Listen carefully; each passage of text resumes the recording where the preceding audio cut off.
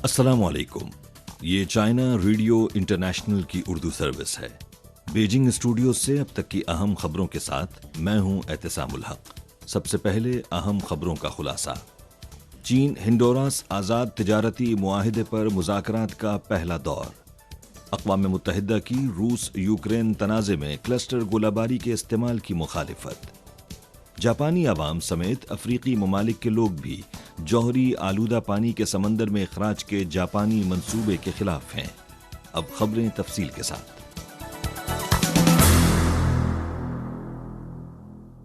7 جولائی کو چین ہنڈوراس آزاد تجارتی معاہدے پر مذاکرات کا پہلا دور ہنڈوراس کے دارالحکومت ٹیگو سیگالپا میں منعقد ہوا۔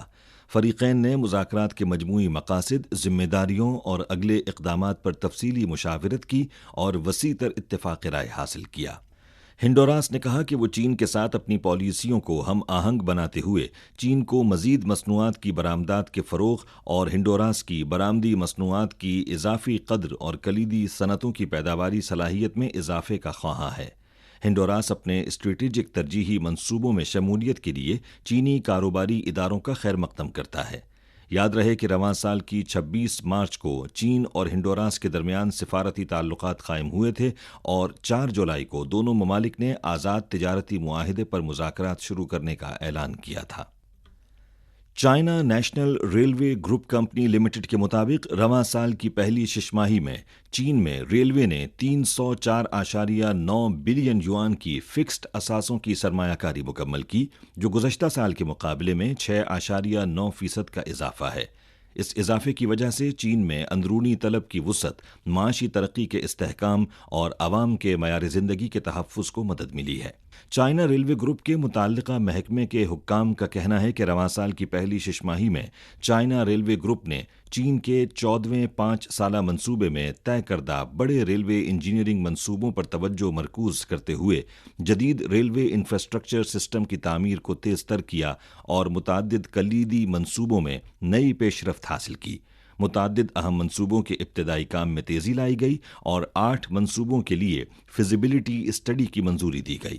توقع ہے کہ اگلے مرحلے میں چائنا ریلوے گروپ مؤثر طریقے سے سرمایہ کاری کی محرک قوت کے طور پر اپنا کردار ادا کرنا جاری رکھے گا اور اعلیٰ معیار کی معاشی و سماجی ترقی میں مزید توانائی فراہم کرے گا۔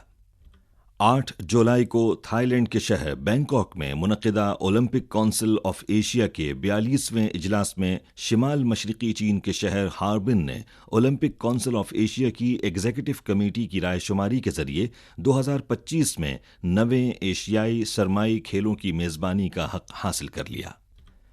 مقامی وقت کے مطابق 7 جولائی کو اقوام متحدہ کے سیکرٹری جنرل کے نائب ترجمان فرحان الحق نے کہا کہ اقوام متحدہ روس اور یوکرین کے درمیان تنازع میں کلسٹر گولہ باری کے استعمال کی مخالفت کرتا ہے۔ انہوں نے کہا کہ اقوام متحدہ کے سیکرٹری جنرل کلسٹر ہتھیاروں کے اس کنونشن کی حمایت کرتے ہیں جسے 15 سال قبل منظور کیا گیا تھا۔ انہیں امید ہے کہ تمام ممالک اس کنونشن کی شرائط کی پابندی کریں گے اور اقوام متحدہ کے سیکرٹری جنرل نہیں چاہتے کہ روس یوکرین تنازع میں کلسٹر گولہ بارود استعمال ہو۔ اطلاعات کے مطابق امریکہ کی جانب سے یوکرین کو کلسٹر گولہ بارود کی فراہمی کی منظوری کے حوالے سے نیٹو کے سیکرٹری جنرل جینس اسٹولٹنبرگ نے کہا تھا کہ کلسٹر گولہ باری کے کنونشن پر نیٹو کا کوئی متفقہ موقف نہیں ہے۔ نیٹو کے ارکان مذکورہ کنونشن اور یوکرین کو کلسٹر گولہ بارود کی فراہمی پر مختلف موقف رکھتے ہیں۔ انہوں نے کہا کہ نیٹو ارکان نے یوکرین کو فوجی امداد کی فراہمی پر اتفاق کیا ہے، تاہم ہتھیاروں اور گولہ بارود کی مخصوص اقسام کا تعین ہر رکن ریاست کو کرنا چاہیے۔ 2008 میں دستخط کیے گئے کلسٹر گولہ بارود کے کنونشن میں واضح طور پر کلسٹر گولہ بارود کے استعمال، اسے ذخیرہ کرنے، اس کی پیداوار اور منتقلی کی ممانعت ہے۔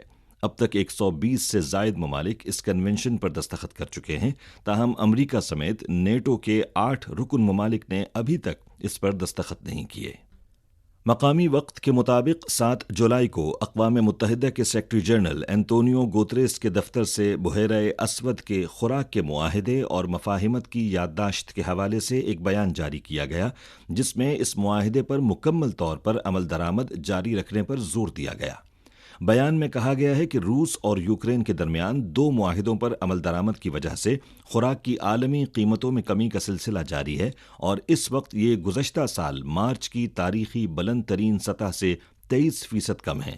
انتونیو گوتریس نے کہا کہ اقوام متحدہ معاہدے کے نفاذ کو فروغ دینے کے لیے تمام فریقوں کے ساتھ کام کرنے کی اپنی کوششیں جاری رکھے ہوئے ہے۔ انہوں نے تمام فریقوں سے عالمی غذائی تحفظ کو ترجیح دینے کا مطالبہ کیا۔ یاد رہے کہ اس سے قبل روس بارہا اشارہ دے چکا ہے کہ وہ 17 جولائی کو معاہدہ ختم ہونے کے بعد معاہدے سے دستبردار ہو جائے گا۔ مقامی وقت کے مطابق 7 جولائی کو Japan atomic energy regulatory commission نے فوکوشیما دائچی نیوکلیئر پاور پلانٹ کے جوہری آلودہ پانی کے سمندر میں اخراج کا certificate Tokyo electric power company کو جاری کر دیا، جس کا مطلب ہے کہ جاپانی حکومت نے جوہری آلودہ پانی کے سمندر میں اخراج کے منصوبے کے لیے تمام تیاریاں مکمل کر لی ہیں۔ بہت سے جاپانی لوگ اس منصوبے پر جاپانی حکومت کے اصرار سے متفق نہیں ہیں۔ 7 تاریخ کی شام کو کچھ افراد نے دوبارہ ایک احتجاجی ریلی نکالی۔ مظاہرین کا کہنا تھا کہ ابھی بھی بہت سے ایسے خطرناک مادے اس پانی میں موجود ہیں جن پر تحقیقات نہیں ہو سکی ہیں، اور اس کا اعتراف خود ٹیپکو نے بھی کیا ہے۔ احتجاج کرنے والوں نے کہا کہ وہ سمندری حیات اور دنیا بھر میں اس منصوبے کے اثرات کی وجہ سے اس کی مخالفت کرتے ہیں۔ اس کے علاوہ افریقی ممالک کے لوگوں نے بھی فوکوشیما ڈائچی ایٹمی بجلی گھر سے جوہری آلودہ پانی کے سمندر میں اخراج کے منصوبے پر تشویش کا اظہار کیا۔ زیمبیا انسٹی ٹیوٹ آف انوائرمنٹل مینجمنٹ کے ایگزیکٹو ڈائریکٹر مورگن کارٹی نے کہا کہ انسانی بقا کا بہت زیادہ انحصار سمندری ماحول پر ہے، اور جاپانی جوہری آلودہ پانی کے سمندر میں اخراج سے عالمی ماحولیات اور ماحولیاتی نظام کو شدید نقصان پہنچے گا۔ مورگن کارٹی نے عالمی برادری سے مطالبہ کیا کہ وہ جاپان کے جوہری آلودہ پانی کو سمندر میں چھوڑنے کی مشترکہ مذمت اور مزاحمت کرے۔ رائے عامہ کا خیال ہے کہ جاپان اور بیرون ملک اس پروگرام کی مخالفت کے درمیان IAEA کی رپورٹ کے نتائج اب اتنے اہم نہیں رہے، کیونکہ یہ نہ تو ایٹمی آلودہ پانی کے سمندر میں اخراج کے بارے میں لوگوں کے شکوک و شبہات کو دور کر سکتے ہیں، اور نہ ہی اس کی قانونی حیثیت کو ثابت کر سکتے ہیں۔ 7 تاریخ کو Japan atomic energy regulation commission نے ٹوکیو الیکٹرک پاور کمپنی کو فوکوشیما جوہری آلودہ پانی کے اخراج کا سرٹیفکیٹ جاری کر دیا، جس کا مطلب یہ ہے کہ جاپانی حکومت نے اندرون اور بیرون ملک شدید مخالفت کے باوجود سمندر میں آلودہ پانی کے اخراج کے منصوبے پر عمل درآمد میں ایک اور قدم اٹھا لیا ہے۔ فوکوشیما کے جوہری پاور پلانٹس کے معمول کے کام کی کبھی مخالفت نہیں کی گئی، لیکن جوہری آلودہ پانی کے اخراج کی بھرپور مخالفت کی گئی۔ فوکوشیما جوہری پاور پلانٹ کا حادثہ اعلیٰ ترین سطح کا جوہری حادثہ ہے، جس سے آلودہ پانی میں نیوکلیئر فشن سے پیدا ہونے والے ریڈیو نیوکلائڈز کی ایک بڑی تعداد شامل ہے۔ دنیا بھر کے نیوکلیئر پاور پلانٹس کا جوہری فضلہ بنیادی طور پر پروسیس ڈرینیج، کیمیائی نکاسی، زمینی نکاسی وغیرہ سے آتا ہے، جو عام آپریشن ڈرینیج سے تعلق رکھتا ہے۔ مختلف ذرائع مختلف قسم کے ریڈیو نیوکلائڈز کا تعین کرتے ہیں۔ جاپان نے ہمیشہ اس بات پر زور دیا ہے کہ ٹریٹیم کی صفائی اور ٹریٹمنٹ قابل اعتماد ہے، لیکن حقیقت میں فوکوشیما کے آلودہ پانی میں ایسے ریڈیو نیوکلائڈز بھی موجود ہیں جو ٹریٹیم سے کہیں زیادہ نقصان دہ ہیں۔ مزید تشویشناک بات یہ ہے کہ فوکوشیما میں آلودہ پانی میں بہت سارے ایسے ریڈیو نیوکلائڈز موجود ہیں جن کے علاج کی مؤثر تکنیک بھی نہیں ہے۔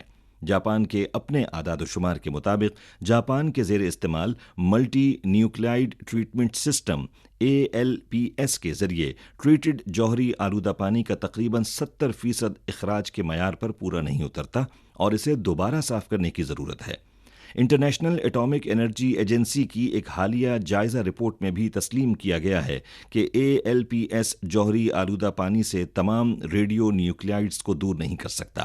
تشویشناک امر یہ بھی ہے کہ اگر جاپان 30 سال یا اس سے زیادہ عرصے تک سمندر میں آلودگی پھیلائے تو اس وجہ سے پیدا ہونے والی ماحولیاتی تباہی کو روکا نہیں جا سکتا۔